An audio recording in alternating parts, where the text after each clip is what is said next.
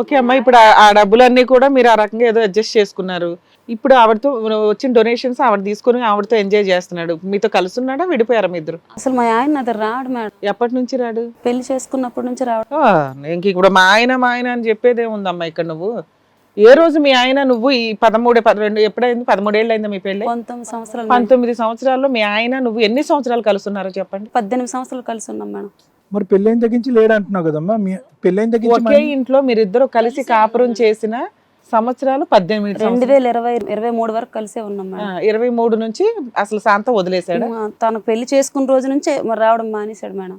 అప్పటిదాకా ఇంటి రెంట్ ఇవి చూసుకునే రెంట్లో ఒక్కో నెల కడితే 15 నెలలు ఇంటి రెంట్ కట్టుకొని వెళ్ళిపోయాడు మేడం. ఎక్కడికి వెళ్ళేవాడు? ఆ అమ్మాయి దగ్గరికి వెళ్ళిపోయాడు. ఇది 2 సంవత్సరాల నుంచి అమ్మా. అంతకు ముందు పరిస్థితి ఏంటి? అంతకు ముందు ఒక్కొక్కసారి కట్టివాడు, ఒక్కొక్కసారి నేను మా అమ్మాళ్ళ ఇంటి నుండి తెచ్చేదాన్ని మేడం. నువ్వెందుకు కడతావమ్మా? కాపురం చేస్తున్నప్పుడు మీ ఆయన చూసుకోవాలి కదా. వచ్చేవాడు కాదు, బుజ్జి నాకు ఇది లేదు బుజ్జి, మరి మా పరిస్థితి ఇది కట్ అయిపోయింది అది కట్ అయిపోయింది అని చెప్పేవాడు మేడం. నేను గుడ్డిగా నమ్మేశాను మేడం. నమ్మేయడమే ఈ రోజు 2022 వరకు నువ్వు హ్యాపీగానే ఉన్నా అని అంటున్నావు. కొంతవరకు పర్వాలేదు మేడం. ఉన్నంతలో గుడ్లో మెల్ల నడుచుకొని వచ్చింది. ఇప్పుడు మీ ఆడపడి వచ్చి గొడవ పడి తీసుకెళ్లిపోయినప్పుడల్లా ఎంతకాలం వెళ్ళిపోయేవాడు మీ ఆయన? నెల, 2 నెలల, 3 నెలల? 15 రోజులు అలా. మళ్ళీ ఎలా కలుసుకునేవాళ్ళు మీరు? ఒకసారి ఏం చేశాడంటే మా ఆవిడ నెల రోజులు మా ఆడపడిచి నెల రోజులు దాచేసింది మేడం. మీ ఆయన్ని దాచేసింది. దాచేస్తే నేను మొత్తం వెతికాను ఎక్కడ మా అత్తారింటికి ఎక్కడెక్కడికి వెళ్ళి వెతికాను. ఆయన గవర్నమెంట్ జాబ్ దొరుకుతాడు కదా. సెలవు పెట్టేశాడు మేడం. నీ దగ్గర నుంచి పారిపోవడానికి దాక్కున్నాడు 1.5 month. వెళ్ళిపోయాడు మేడం. జాబ్ లీవ్ పెట్టి దాక్కునే అంత రిలేషన్ మీది. మా ఆయన నేనంటే కోపం అయితే లేదు మేడం. కాదు, ఎందుకు అంత దాక్కున్నాడు? ఎందుకు దాక్కున్నాడు? అతను ఎక్కువ అప్పులు చేస్తాడు సార్. ఫస్ట్ ఆఫ్ ఆల్ నీ దగ్గర నుంచి దాక్కోవటం కాదు, అప్పుల దగ్గర నుంచి బాగా అప్పులు చేయడం వల్ల నాకు అడిగేవాడు మేడం. నేనైతే ఇచ్చేదాన్ని కాదు, కొంత ఇచ్చేదాన్ని. నీ దగ్గర ఎక్కడ ఉంటాయి అమ్మా రెంటలు? నువ్వు స్కూల్ ఫీజులు మీ ఇంట్లో టైలరింగ్ పని చేస్తాను మేడం. ఇంట్లో టైలరింగ్ చేస్తాను మేడం. ఇంట్లో టైలరింగ్ చేస్తాను, మళ్ళీ కుకీస్ గట్రా తయారు చేస్తాను. ఏమాత్రం వస్తుందమ్మా నెలకి? నెలకు 5-6 వేలు తప్ప ఎక్కువ అంతే సార్. అతనికి ఎంత వస్తుంది జీతం గవర్నమెంట్ ఉద్యోగం అంటే సుమారుగా? కట్టింగ్ లేకుండా అయితే 80 సార్. 80 దాటుతుంది సార్. ఇంట్లో ఎంత ఇచ్చేవాడు? ఇంట్లో ఒక్కొక్కసారి 20,000 ఇచ్చేవాడు, ఒక్కొక్కసారి 10,000 ఇచ్చేవాడు, 5,000 ఇచ్చిన రోజులు కూడా. మొదటి రోజు నుంచి ఇప్పటి వరకు ఫీజు కట్టిన దాఖలాలు లేవా? పిల్లల ఫీజులు కొన్నిసార్లు కట్టాడు సార్. కదమ్మా, అప్పుడు వరకు బాగున్నటువంటి వ్యక్తి ఈ మహాతల్లి పరిచయం అయిన తర్వాత పిల్లకి ఇలా గాయం అయిందన్న పిల్లని కూడా పక్కన పెట్టి స్కూల్ ఫీజులు కూడా ఇవ్వకుండా మిమ్మల్ని దిక్కులేని వాళ్ళు చేసి ఆ అమ్మాయితో వెళ్ళిపోయి ఆ అమ్మాయితోనే కాపురం ఉంటున్నాడు. ఇప్పటికీ కూడా అదే పరిస్థితి. అదే పరిస్థితి సార్. ఆవిడకి ఇతను 4వ భర్త. నాకు తెలిసి 4 సార్. ఆ ఊర్లో నడితే లెక్కలేదు అంటున్నారు. ఊర్లో అడిగితే ఇంటికి వాళ్ళు చెప్తారులేండి. కానీ నీకు ఎప్పుడు తెలిసింది ఇవన్నీ? ఈ అమ్మాయికి 3-4 భర్తలు ఉన్నారు అని రీసెంట్ గా మీరు పోలీస్ స్టేషన్ కి వెళ్ళినప్పుడు కేసు కట్టిన తర్వాత తెలిసింది. ఎంక్వైరీ చేసి అమ్మాయి క్యారెక్టర్ ఎట్లాంటిది అని చెప్పారు. మీ ఆయనకి బుద్ధి రాలేదా? అమ్మాయి 4 భర్తలు ఉన్నారు, ఈ అమ్మాయి నేను 5వ వాడిని. తెలుసు మేడం. మరి 2 ప్రశ్నలమ్మా. మీ ఆయనకి ఇలా అక్రమ సంబంధం ఉందన్నది నీకు ఎప్పుడు తెలిసింది? పాపకు తగ్గిన తర్వాత. పాపకి ఎప్పుడు తగ్గిందమ్మా? కరెక్ట్ గా చెప్పు. సుమారుగా ఇప్పుడు 22లో పాపకి ఇది అయ్యింది, 22లో అయింది. 22 నుంచి 23 వరకు 23లో తెలిసిందా? 23లో నాకు తెలిసింది సార్. 23 జనవరి ఎలా తెలిసింది నీకు? అంటే మా పాపకు నా దగ్గర డ్రెస్సింగ్ చేసుకుని ఐసోలేషన్ పెట్టడానికి కానీ మా చెల్లెలు ఇల్లు సార్ అక్కడ ఉంటున్నాము. మా ఆయన నేను అనుకుని పెట్టాము, పిల్లకి దుమ్ము దులు తొగలకూడదని చెప్పేసి పెట్టినప్పుడేమో మా ఆయన అప్పుడప్పుడు వచ్చేసి దూరం నుంచి కాయగూరలు తెచ్చేసి పిల్లకి ఏదైనా చికెన్ మటన్ తెచ్చేసి వెళ్ళిపోయాడు. ఇంటికి వచ్చేవాడు కాదు. అలాగే వెళ్ళిపోతుంటప్పుడు ఏడ్ చేశాను. మా బాబుకు మరి అక్కడ నుంచి స్కూల్ దగ్గర కదని మా బాబుకు మా ఆయన దగ్గర ఉంచాను. నేను నా పాప నా దగ్గర నేను డ్రెస్సింగ్ చేసుకుని ఉండేదాన్ని అనమాట. కూరగాయలు ఇచ్చేసి వెళ్ళిపోయావా? పిల్లల్ని చూడడం ఇష్టం లేదా? నిన్ను చూడడం ఇష్టం లేదా? అసలు తనకి ఆ అమ్మాయి ఉన్నదని సంగతి కూడా తెలియదు. నేనేమనుకున్నదని మా ఆయన నాకు భయము, నాకు ఆ పిల్లని చూస్తే భయం అని అనేవాడు. బాబుని వెనక పంపించే తర్వాత చెప్పు, ఎలా దొరికాడు అన్నది చెప్పు. అదే సార్, అక్కడికి వెళ్ళిన తర్వాత ఏమో ఇక్కడికి వచ్చేవాడు. తర్వాత ఒకసారి మేము వెళ్ళాం సార్, నేను నా పిల్లలు వెళ్ళాం. నువ్వెందుకు రావట్లేదు అక్కడికి, మాట్లాడడానికి రావు, ఫోన్ ఎత్తవు, అసలు ఏం జరిగిందని అంటేమో నేను రాను, నాకు అవసరం లేదు మీరని చెప్పేసి అని అన్నాడు సార్. వెళ్తే కొట్టేశాడు. అక్కడే మొత్తం మా పిల్లకి కట్లతో ఉన్న పిల్లకి తోస్తాడు. మా పిల్లడికి ఒకవైపు తోసేసి నాకు అక్కడ ఉన్న ఇంటికి వెళ్ళాను సార్. అంటే మేము ఎక్కడ ఉండేవారు ఆ ఇంటికి వెళ్ళాను. మా బాబు మా ఆయన అక్కడ ఉన్నారు, అక్కడికి వెళ్ళాము. అక్కడికి వెళ్ళిన తర్వాత అప్పుడు ఏం చేశారంటే మా ఆయన అక్కడ కొట్టేశారు మమ్మల్ని. కొట్టిన తర్వాత అప్పుడు పోలీస్ స్టేషన్కి వెళ్ళాము. వెళ్ళిన తర్వాత అప్పుడు ఎవరు కొట్టారు? మీ ఆయన ఒక్కడేనా, అమ్మాయి కూడా ఉంది? అప్పుడు ఇంట్లో లేదు మేడం, మా ఆయన వెళ్ళి వచ్చేవాడు. పోలీస్ స్టేషన్కి వెళ్ళారు, ఇంకా ఈ అమ్మాయి రాలేదు నాకు పిక్చర్ లో. అయితే వెళ్ళారు. తర్వాత ఏం చేశారంటే నేను మా ఆయన కోసం ఇరుగు పొరుగు అన్నారనమాట. మీ ఆయన ఏమో రోజులు తలబడి మాట్లాడుతున్నాడు.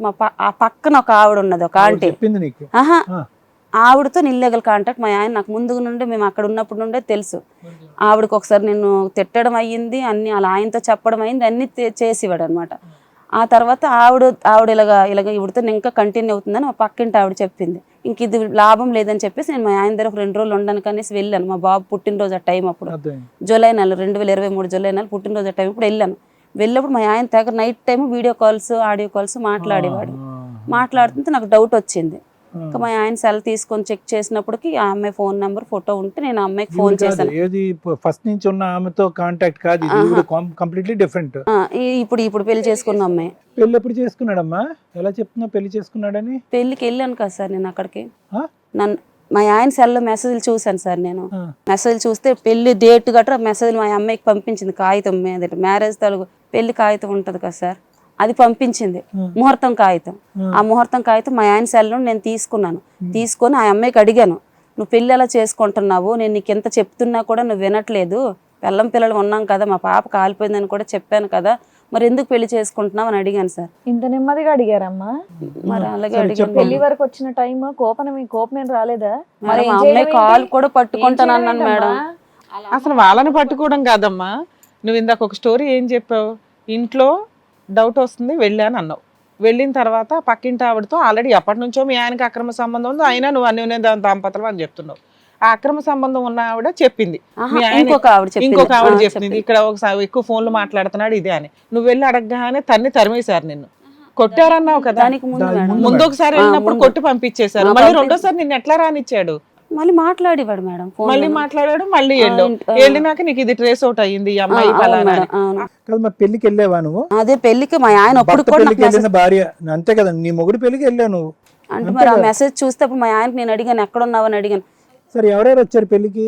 నేను, నా కూతురు, నా కొడుకు, మేము ముందు వెళ్ళిపోయాము. పిల్లల్ని కూడా తీసుకెళ్ళావా? అంటే మా పిల్లల్ని చూసి ఆపేస్తాడేమో అనేసి అనుకున్నాం. ఆపడానికి వెళ్ళాం సార్. అప్పటికి మా ఆయన 8 గంటల ముహూర్తంకి 7 గంటలు. అది కూడా అతను క్రిస్టియన్ మేడం, కానీ చర్చిలో చేసుకుంటానని బయట వాళ్ళతో చెప్పి హిందూ దేవుడు గుడి దగ్గరికి వెళ్ళేసి అక్కడికి వెళ్ళి చేసుకున్నాడు మేడం. నాకు అప్పుడు కూడా ఫోన్ చేసి ఏమని చెప్పాడు, నాకు ఒక 50,000 అయ్యి నేను అప్పు తీర్చేసి నేను వస్తాను నీ దగ్గరికి అని చెప్పేసి అన్నాడు మేడం. అయితే నువ్వు పెళ్లి కూతురిని తీసుకొని ఇంటికి వస్తావా అని చెప్పేసి అన్నలోగా ఆ అమ్మాయిని వదిలేసి వెళ్ళిపోయాడు మేడం. అప్పుడు ఆ అమ్మాయి మాత్రం అక్కడ దొరికింది మేడం. పెళ్లి అయితే అయిపోయింది అప్పటికే, అప్పుడు పెళ్లి చేసుకుని వెళ్ళిపోయాడు. ముహూర్తం కూడా తెలిసినప్పుడు ఇక్కడ వేరే చోటకి వెళ్ళి కూర్చున్నావా, అక్కడ క్రిస్టియన్ మ్యారేజ్ చేసుకుంటాడని? అంటే గుడి పేరు ఏంటి రాయలేదు, ఎత్తుక్కుంటూ ఉన్నావు. వెతుక్కొని ఉండిపోయాం మేడం. అప్పటికే పెళ్లి అయిపోయింది. పెళ్లి ఫోటోలు గట్టా ఉన్నాయి ఆధారాలు నీ దగ్గర? వీడియో సీసీ కెమెరా ఉంది సార్. మరి పెళ్లి చేసుకున్నట్లు మ్యారేజ్ సర్టిఫికేట్ అవన్నీ ఇచ్చారు, ఆ గుడి రసీదు వాళ్ళు. కేసు రిజిస్టర్ అయిందా, బైగామి కేసు? అరెస్ట్ చేశారా? చేయలేదు మేడం. మీ ఇద్దరికి పెళ్లి అయిందా ఫస్ట్ వచ్చి? మాకయ్యింది మేడం. లీగల్ మ్యారేజ్ ఆయన క్రిస్టియన్ అంటున్నావు మీరు? అంటే మా ఇద్దరికి చర్చ్ మ్యారేజ్ అయింది మేడం. మీ ఇంట్లో పెద్దవాళ్ళు ఎవరు లేరా అమ్మా? మేడం పెద్దవాళ్ళు ఎవరు లేరా? మీ అమ్మ సీనియర్ సిటిజన్ చేస్తున్నారని చెప్పేసి అన్నావు, దగ్గర 19 లక్షల వరకు ఇచ్చారని చెప్పేసి. సీనియర్ సిటిజన్ మేడం మా అమ్మ నాన్న. అంటే వాళ్ళు బీపీ షుగర్ ఇద్దరు చనిపోయారు మేడం. మీ ఆడపడుచులు ఒప్పుకున్నారా? వాళ్ళు ఒప్పుకున్నారు మేడం, అందుకే కదా వాళ్ళ ఇంటికి రానిచ్చుకుంటారు, వాళ్ళ దగ్గర పెట్టుకుంటున్నారు. ఇదిగోండి సార్, ఇదిగో స్టార్టింగ్ హాస్పిటల్ జాయిన్ చేసినప్పుడు అప్పుడు కలర్ చేంజ్ అయింది సార్. అమ్మ తల్లి ఎంత బాధ తట్టుకుందరా.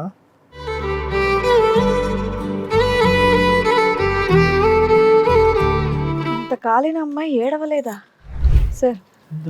పాప కూడా వచ్చింది ఒకసారి స్టేజ్ మీద. అలాగే రామ్మా.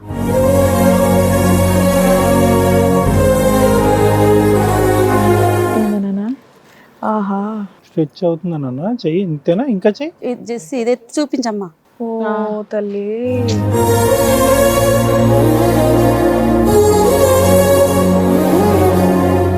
ఇది ప్లాస్టిక్ సర్జరీ ఉంది మేడం, ఇంకొంచెం చేయించేది ఉందా? ఇంకోసారి చేయాలి నాన్న, ఇంకొకసారి చేయాలి. చెస్ట్ కూడా పూర్తిగా ఇక్కడ స్కిన్ తీసేసే వేశారు సార్ మొత్తం.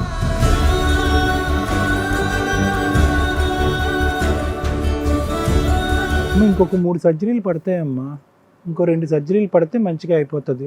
ఎందుకంటే చిన్న వయసు కదా, హీలింగ్ స్పీడ్ ఉంది, చాలా ఫాస్ట్గా రికవర్ అవుతుంది ఈ పిల్ల. అంటే దెబ్బలు తొందరగా మానిపోతాయి. అరే ఈ కాలినప్పుడు ఎందుకు ఏడవలేదు నాన్న నువ్వు? నొప్పి తెలియలేదా? అమ్మ తిడతదేమో అని భయపడ్డావా? నొప్పి తెలియలేదు. నీ మటుకు నువ్వే వెళ్ళి వాటర్ దగ్గరికి వెళ్ళి వాటర్ పోసుకున్నావు కదా చల్లనీళ్ళు. ఎక్కడ నువ్వు దగ్గరికి వెళ్ళావా? నువ్వు దగ్గరికి వెళ్ళి పోసుకున్నావు. ఎక్కడ బాత్రూంలోకి వెళ్ళావా? కింద ఉన్నాను. అప్పుడు నీకు మంట లేదా? లేదు. నీకు ఇలా అంటే నొప్పి వస్తుందా? నొప్పి ఉందా? లేదు. నొప్పి లేదా? పెయిన్ సెన్సిటివిటీ తక్కువ ఉంది వీడికి, నొప్పి తెలియట్లే. డ్రెస్ వేస్తే పర్ఫెక్ట్ గా కనిపిస్తున్నావు. ఏం చదువుకుంటున్నావు? 5th class. స్కూల్కి బాగానే వెళ్తున్నావా? ఆ, బాగా చదువుకుంటున్నావా? ఆ, గవర్నమెంట్ స్కూల్లో చదువుతున్నావా? ఆ. మీ డాడీ వస్తున్నాడా ఇంటికి? లేదు, నీతో బాగుంటాడా మీ నాన్న? నాతో బాగానే ఉంటాను. పలకరిస్తాడా? ఆడుకుంటాడా నీతో? ఆ, ఇప్పుడు మాట్లాడుతున్నాడా? ఇప్పుడు మాట్లాడట్లేదు. నాన్న స్కిన్ ఇప్పుడు ఇలా అయ్యింది కదా బంగారం నీకు, మరి మంచిగా చేసుకుంటే బాగుంటుంది అని అనిపిస్తుందా నీకు? ఫ్రెండ్స్ ఎవరన్నా ఏమన్నా అంటారా? ఎవరు ఏమనరా నీ స్కిన్ ఏంటి ఇలా ఉందని ఎవరన్నా అంటారా? లేదు. వాళ్ళు అంటున్నారని నువ్వు ఫీల్ అవుతావా? ఫీల్ అవుతావు కదా, మంచిగా చేద్దాంలే. అంటా సార్ నిన్నే అన్నది, నాకు ఇంకో జన్మ ఉంటే నాకు అలాంటి డాడీ వద్దు, మంచి డాడీ కావాలి. ఏ వాడితో ఏందమ్మా, నీలాంటి అమ్మ వాడితో కావాలి, నా ఆరోగ్యం పెద్ద అయితే అందరు నాకు అంటారు కదా మమ్మీ అనేసి. నిన్నే డాడీ బాగలేకే కదా ఇంతవరకు వచ్చాము.